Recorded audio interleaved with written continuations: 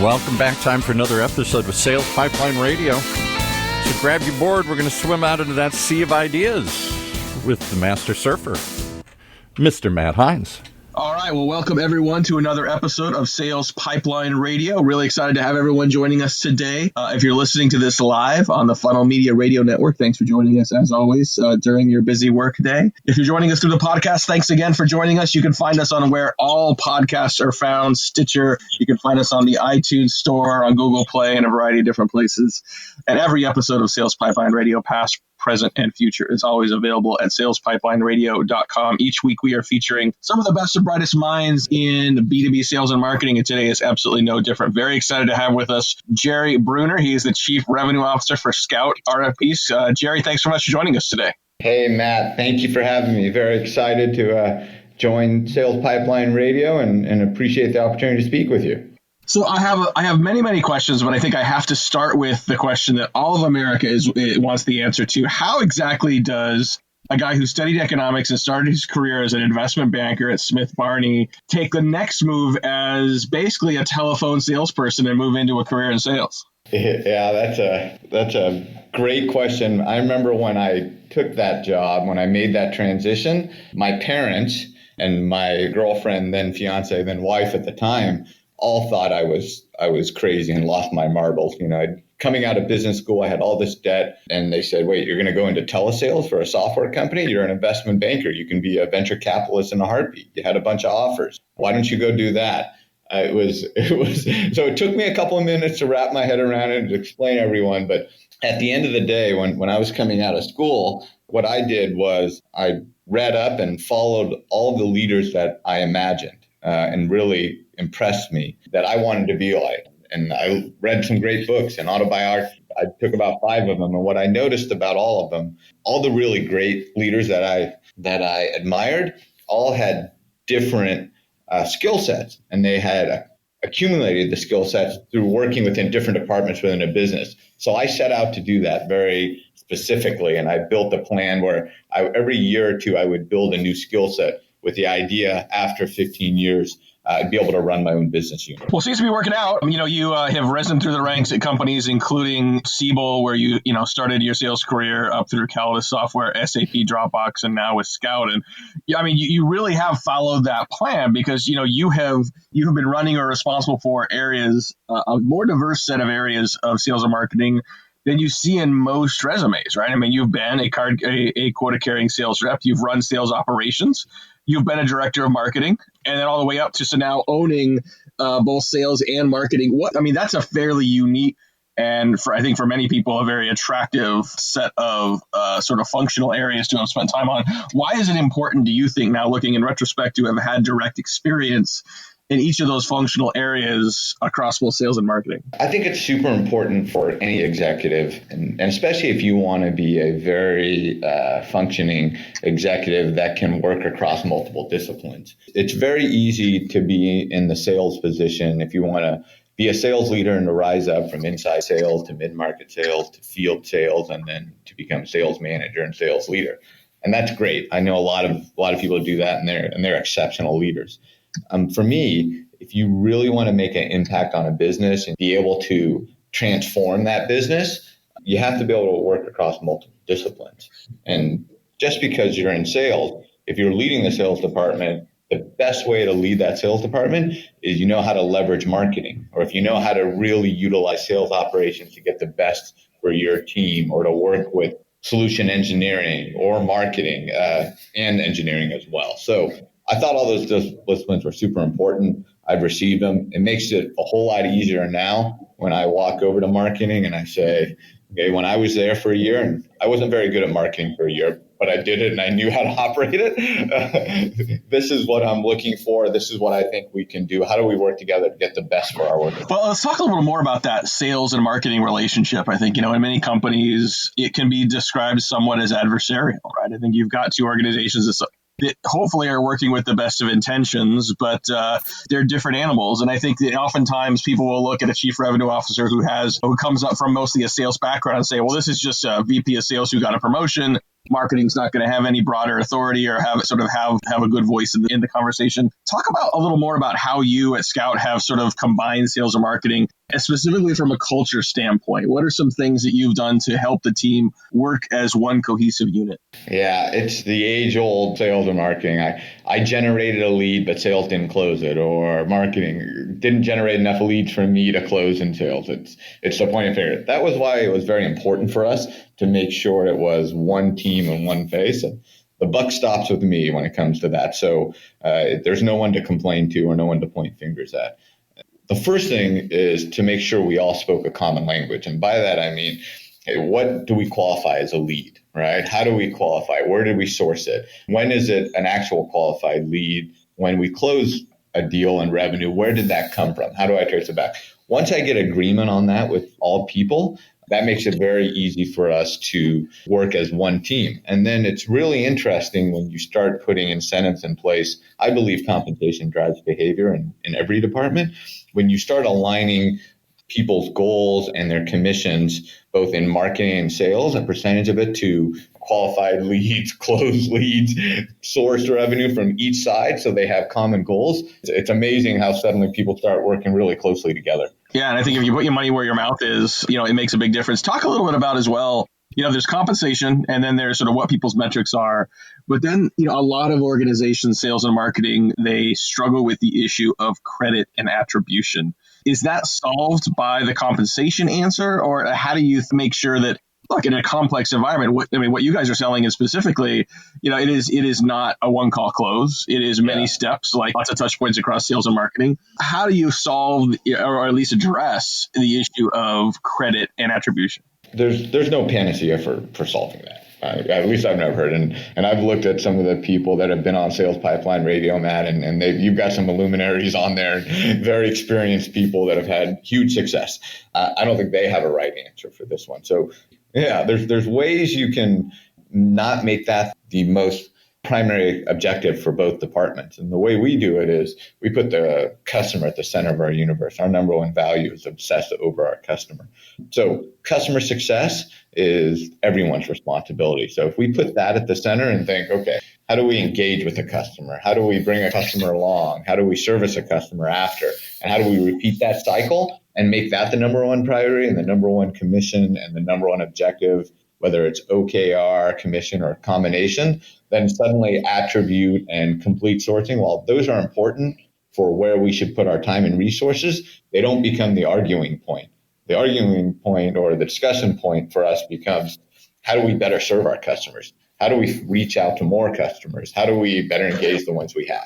Talking today on Sales Pipeline Radio with Jerry Bruner. He's the Chief Revenue Officer at Scout RFP, and talking a little bit about sales and marketing working together, everything from objectives to function to culture. People sometimes bring preconceived notions from past jobs to the table. I think there's strategic alignment, right? Of, we all agree we have the same objective, and then there's operational alignment in terms of knowing what we need to do on Tuesday morning. Yep. How important is it to take that, hey, we all believe in the same thing, we're working with the best of intentions, and really get specific and tactical to make it work? If you speak to anybody on my team or working, details matter. A bunch of little things equal a big thing at the end of the day. So I believe in jumping into the details. Even as a chief revenue officer, I still jump into details in terms of down to the very metric. How many customers have we reached out to? How many have we followed up? What's our time to get to them? What's the time to come back? You have to be very specific. When you're an executive, I believe you have to set the vision and the top level goal. But then you also have to work with your leaders and your managers and your business unit directors. What are the key metrics and the key details that we're going to focus on a daily, weekly, and monthly basis to achieve those top line goals and make sure we agree upon all those? It has to be simple. It has to be easy to follow, and it has to be achievable. And it has to be super clear to everyone in the organization what they're focusing on and how they achieve their job. And sometimes that leads to metrics that are not what companies are used to seeing from marketing, right? So if we're saying, if marketing has historically been focused on generating leads, then a lot of companies say, well, we want to see the most leads possible for marketing. That may be counterproductive. It may be more important for marketing to actually generate fewer leads, but better leads. And so you and your organization, if you own sales and marketing, you can tell people, okay, this is what we're focused on. You then have to report to your boss, the CEO. You guys have to report to a board, right, that may have traditional preconceived notions of to the right charts, more is better from marketing. So there's the culture change within your team, and then there's the culture change to your peers, to your manager, and to your board. How do you manage through that? Yeah, that's never easy as well. When you're shifting things, and I can imagine transformations of any organization. At Scout, we were fortunate. We grew some 300% year over year. That is great. And that buys you a little leeway. Don't get me wrong. When I started, we still had to walk through it. And we had to walk through it from the very beginning. And the very beginning was, here's our plan, and here's how we're going to be successful, and here's what we're going to measure, and here's why. And you have to deliver that at every level, okay? At the board, here's the highest level metrics and objectives we have. To the CEO and executive team, everybody, here's what we're going to achieve, and here's our plan, and then all the way down to the individual contributor. That changes the way you think of things when you have a plan and a metric and a why. Don't get me wrong, there's a little skepticism, and there's a little of, are you sure you're doing the right thing? Are you sure you're changing and focusing on the right areas? But when you deliver the great customer stories that we have and see how successful our customers are, that makes believers out of most people. Well, we're talking today on Sales Platform Radio again with Jerry Bruner. He's the Chief Revenue Officer at Scout RFP. We're going to have to take a quick break and pay some bills. We'll be right back. We'll talk more about sales and marketing. We're going to talk a little bit about the complexity and the historical pain inherent in the RFP and sourcing opportunities. And we're also going to be talking about how to balance, growing in your career as well as giving back. All coming up on Sales Platform Radio.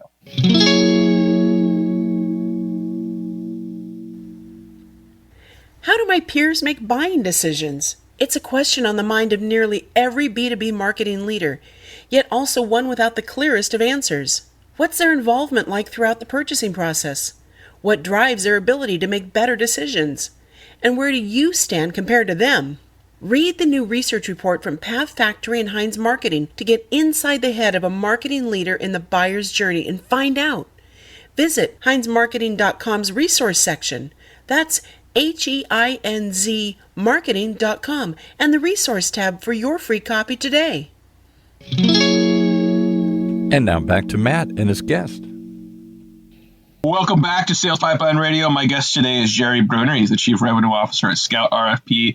And Jerry, in addition to your resume, where you have done a number of had a number of sales and marketing roles across many organizations in your rise to the Chief Revenue Officer role, you also clearly prioritize giving back to the community. You are on the board of directors, or have been on the board of directors for several organizations, including the Boys and Girls Club of San Francisco and the Mission Dolores Academy. Why has that been an important part of just where you spend your time? Because I think it's one thing to say, well, these are things that are important to me. Like everyone's got things that are important to them that they talk about and evangelize, or maybe they give money to. It's a whole other thing for a busy person like yourself to spend time on this. Talk about why that's been so important. Yeah, definitely. And I'll share with you first because it's the most important personally, but also share with you, Matt, professionally why I thought it was important. Personally, I grew up in my family. I grew up in a very small town, had 450 people and dirt roads. I didn't have cable until I was a senior in high school. So when that small community, you become a part of that community. And being a part of the community is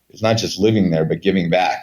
With all due respect to all the listeners and where you live, Matt, I think San Francisco is the best community in the world. And I want to make it better. And there are a lot of people who in executive leadership positions that I admire, Mark Benioff being one of them, who find the time to give back and make their community better. So I think I'm not as busy as him or most of the other leaders, so I will always find time to make the community I'm in better and do what I can to help it become a better place to live for everybody. No, I love that. And I think I think sometimes when you justify things based on those personal goals, obviously there's a fulfillment there. But just like, going out and playing softball at night or going out and doing something else, there's a level of energy that you get personally that you can bring back to your job, that you can bring back to your family from doing things that make you feel good, that are fulfilling based on the impact they can have on your life, on other lives, in your community. Yeah, you will never, at Mission Dolores Academy, where I'm on the board, I go to the graduating ceremony every year, and 99 of the people who attend are on financial aid, so they're below the poverty line in San Francisco. And you meet the parents and you meet the students, and most of the parents are English as a second language, if that at all. And you see that they're going to high school and probably going to college, and it's more rewarding than almost anything professionally you'll do. So I do think that's a great work. Let me share with you why professionally I think it's a great idea for people to give back as well. Now, besides the rewarding, impactful that is for the community, it also gives you really great business experience. Leading volunteers, people who work for you now normally do what you ask them to, or they feel that they might get moved or not get their bonus. If you can organize and lead a group of volunteers, that shows you how to really deal with people well, effectively at all levels. And especially if you get a volunteer and be on a board or see how our board operates, all boards operate the same way. And if you get to be a part of one, not only do you get to do something great for your community, but you get to learn a professional skill on dealing with people and dealing with decisions that board makes and review. Amen to that. And I think that is a really important thing that I think a lot of people may not think about relative to investing time in nonprofits, especially if you can serve on the board, is there's that interpersonal dynamic. There's that dynamic of taking people with different perspectives and sort of helping to drive some consensus. It becomes a crucible for doing that within your team, within your own board professionally. When you're working at one company, you get one opportunity to do that. And when you can add to that, nonprofit boards, it adds a multiplier to your ability to learn from that. We got just a few more minutes here with Jerry Bruner, the Chief Revenue Officer of Scout RFP. And I know you're crazy busy. This is the last month of the quarter for you guys. So appreciate you taking a couple of minutes to do this. Speaking of the quarter and trying to close deals, most people listening to this call probably cringe when they hear the acronym RFP. It is not something people like to respond to. It is not like something people actually like to create in most cases as well. It is a painful process for everyone involved. Talk a little bit about what Scout does in that realm. I'm very curious to hear, and I think people would be interested to hear. Is there something that we can do to make this a little less painful for both sides? Yeah, it's amazing to me how painful it is. And for everyone who's received an RFP and had to fill it out and how painstaking and arduous that was and responded, anyone who's had to create one, send it out, and then review and compare all the responses, it's 100 times worse. When we were starting, and we have two great co-founders who started the business, they found a real business need. How do I make this better for all parties involved? And so that's where we really started. So now, when you have unbelievable brands, Fortune 500s that are working with us and buying hundreds of millions of dollars worth of items every single day, they've streamlined that, they've saved costs, they've increased efficiency, and they've made it a better experience for both. I think people think of this as a process improvement perhaps, but I think this can be a competitive differentiator as well, can it not? I mean, I think that increasingly I hear people say, you know what, we don't respond to RFPs because they are so painful and because it's such in some cases, arbitrary process. If you can improve the process and you can get more people willing to participate in the program, as a seller, you're able to get involved in more opportunities that you can help. And as a buyer, you get more better opportunities. You get more better options from people that are engaging, that are actually going to deliver better results as well. Yeah, it really helps everyone all around. And the terrible thing about, RFPs that everyone knows is respond to it, you hear no update, you don't know what's happening, 6 months later, you get an email, yes or no, right? That's from both sides. You don't know if someone's going to reply. They don't know, if they left out some items. What we've done is, we've just made things simpler. We help companies buy things. No way around it. That's what we do. And every company buys things. So what we do is we say, hey, everyone could always check on the latest status of it. We will give full visibility to both internal and external stakeholders on status of the project, who sits with it, who's got questions, who doesn't have questions, who's ranked highest and who's not ranked highest in terms of responding, and who's in the best position to win.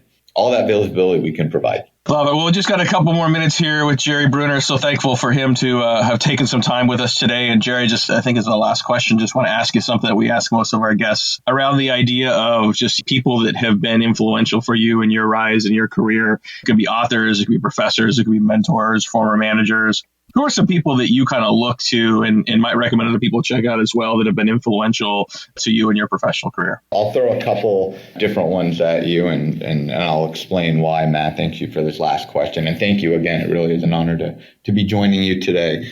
I know it's a platitude, but everyone says their parents. But let me just explain why. My father was one of 11 who was raised during the Great Depression in Kansas, who didn't graduate high school. He had the largest vocabulary I've ever heard in my life. He read probably 2 books a week.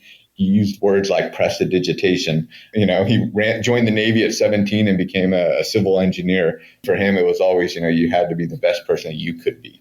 So, I look up to him and what he's done and the family he's raised and his accomplishments.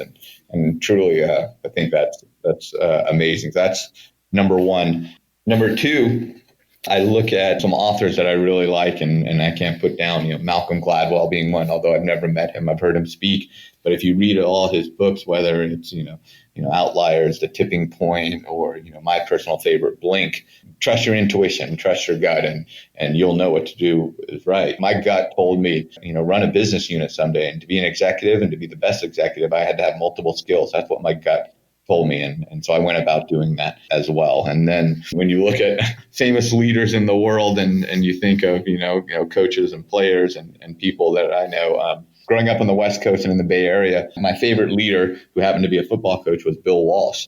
Bill Walsh, his book, The Score Takes Care of Itself, he talks about he had a belief in a system, and it didn't matter who it was in the system or the belief. He made sure everyone adhered to his high standards. Everyone bought in. He was an outlier himself, right? He was coming up with new ways to do an offense, new people. I really admire him and his body of work and his life. Well, having grown up in the Bay Area in the 80s myself, it's one of my favorite answers to this question after 200 plus episodes of the Sales Pipeline Radio. Bill Walsh, known as a great leader for the reasons you said, a great leader of people with diverse backgrounds and interests, bringing new ideas to the table when no one else thought they were any good. So love that. Well, appreciate your time today. Want to thank our guest again today, Jerry Bruner, the Chief Revenue Officer for Scout RFP.